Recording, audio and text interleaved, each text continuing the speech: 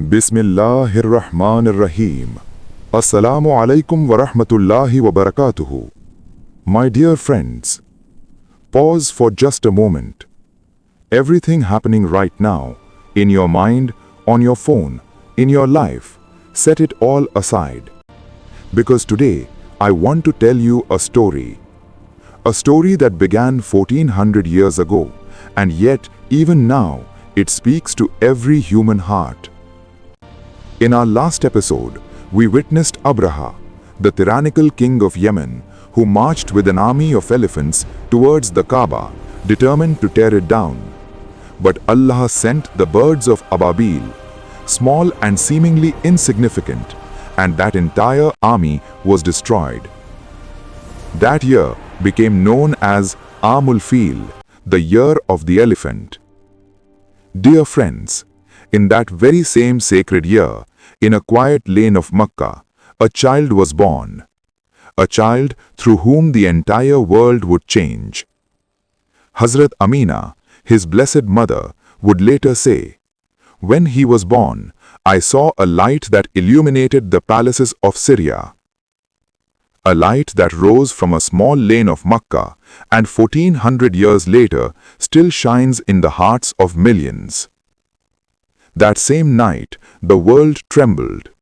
In Persia, 14 balconies of the palace of Kisra collapsed.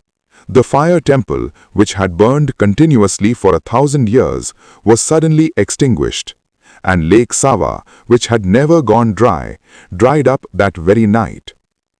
This was Allah's message to the world. Every fire of falsehood will one day be extinguished. Every palace of oppression will one day fall. The Sun of Truth has risen. His grandfather, Abdul Muttalib, ran toward the Kaaba with tears of joy. He thanked Allah and then announced the name of the child, Muhammad, peace be upon him. The Quraysh were astonished. They had never heard this name before. Abdul Muttalib replied, "I wish that this child of mine be praised in the heavens and praised on the earth, that on every tongue and in every heart his name be spoken." And Allah declared in the Holy Quran, "وَرَفَعْنَا لَكَ ذِكْرَكَ." We have raised high your remembrance. Friends, just think. Today, 1400 years later, in every Adhan, 5 times a day, from every corner of this earth, His blessed name, peace be upon Him, is proclaimed. In all of human history, no name has ever been spoken this much. No name has ever been loved this much. In Arabia, there was a tradition. Noble families would send their newborns to Bedouin women in the desert so the child could grow in clean air, learn pure Arabic, and develop strength and resilience. The year the Prophet, peace be upon him, was born, there was a famine in Mecca. The women of Banu Sa'd came to the city, each hoping to take a child from a wealthy family so she would receive generous compensation. One by one, they chose their children. But one child remained, Muhammad, peace be upon him. He was an orphan. His father had passed away before his birth. Who would pay the compensation? One by one, every woman refused, except one. Halimah Sa'diyah, may Allah be pleased with her. She had almost nothing. Her camel was weak. Her goats gave no milk. But when she saw that one child had been left behind, her heart spoke to her.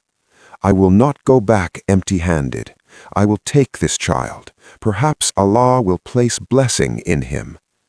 Friends, the blessing Allah gave was beyond anything she could have imagined. Halimah herself narrates, "The moment I held him to my chest, milk began to flow, so much that he drank until he was full. When I mounted my camel to leave, that weak animal began moving so swiftly that everyone around me was astonished. They kept asking, 'What happened to your camel?'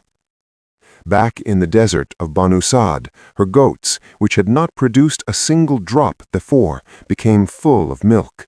Her sheep grew strong and healthy. Greenery began to appear around her home. Her neighbors were bewildered. What has happened in Halimah's house? Why are her animals thriving while ours remain the same? Halimah knew. All of this is because of that child. This is no ordinary child. The child whom everyone had turned away became a source of blessing for all.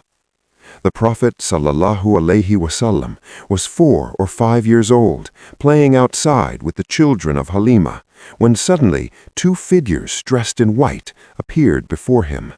2 angels. They opened his chest and removed a small dark clot, saying this was the portion of Shaitan. Then, in a basin of Zamzam water, they washed his heart, purified it, filled it with faith and wisdom, and closed it once more. Allah says in the Quran, "Did we not expand for you your chest?" That chest was expanded because it had to carry the burden of humanity.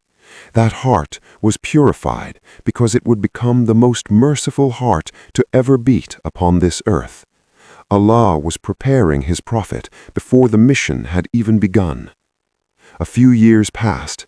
He was now 6 years old. Aminah decided to travel to Medina to visit her relatives and the grave of her husband Abdullah. They stayed for about a month, but on the journey home, at a place called Abwa between the 2 cities, Aminah fell ill, and there, in the desert, she passed away.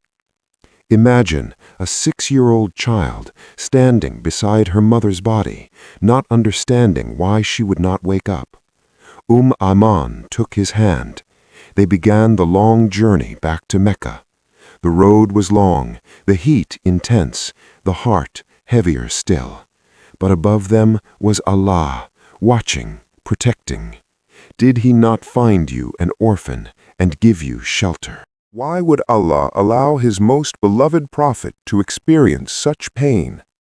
So that until the end of time, anyone who loses a parent, anyone who feels alone, anyone who feels abandoned will know, the most beloved of Allah walked this very road, and Allah never abandoned him. He will not abandon you either.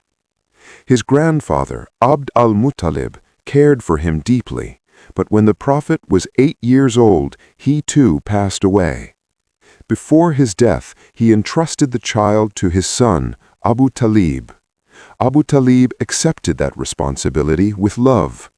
For the rest of his life, he protected the Prophet, even when all of Mecca turned against him. When others abandoned him, Abu Talib stood firm. This was loyalty. This was love. My friends, this is not just a story, it is a message. After every loss, Allah sends support. After every hardship, Allah sends relief. If someone has left your life, if you feel alone, remember, the most beloved of Allah walked this very road, and Allah never left him. He will never leave you. In the next episode, we will see the young man known as El-Amin, the trustworthy, the placing of the black stone, his marriage to Khadijah, may Allah be pleased with her, and the night in the cave of Hira when the words descended, Iqra, read. If this story touched your heart, share it with someone you love. Like, share, and subscribe to our channel. And remember, if your share becomes the reason someone reconnects with faith, that reward will continue for you until the Day of Judgment. May Allah grant us sincere love for His beloved Prophet. Ameen.